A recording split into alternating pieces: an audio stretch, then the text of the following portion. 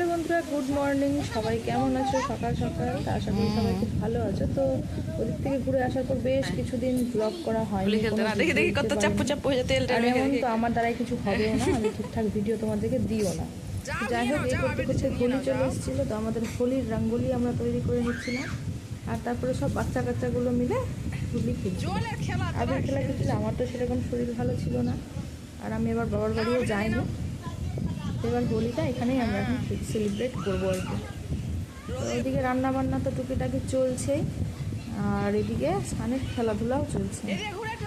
তো সকাল থেকেই মানে 10টার পর থেকে ও শুরু করে দিয়েছে খেলাধুলা, একদম দেখতেই পাচ্ছ, একদম নাচানাচি এই সেই। ওর মন পছন্দের এবার সব জিনিসগুলো নেওয়া হয়েছে।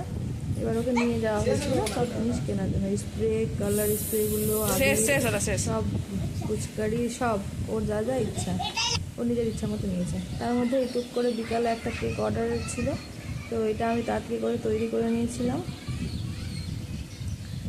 তৈরি করে নিয়ে ও এবার ওর বাবা গেছিল একটু কাজে, এসছে এখন।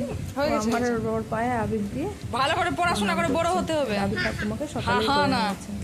তো চলো রান্নার মেনুগুলো একটু দেখিয়ে দিই। তো এখানে হয়েছে বিরিয়ানি করেছি, আর একটু চিকেন কষা করেছি, একদম মাখা মাখা দেখতেই পাচ্ছ। তারপরে সবার জন্য হোমমেড পিৎজা বানিয়ে দিয়েছিলাম একটু ব্রেড দিয়ে, যেটা খেতে খুবই টেস্টি হয়েছিল। আর একটু পাকোড়া বানিয়েছিলাম পেঁয়াজি, আর একটু পাকোড়া, আলুর চপগুলো।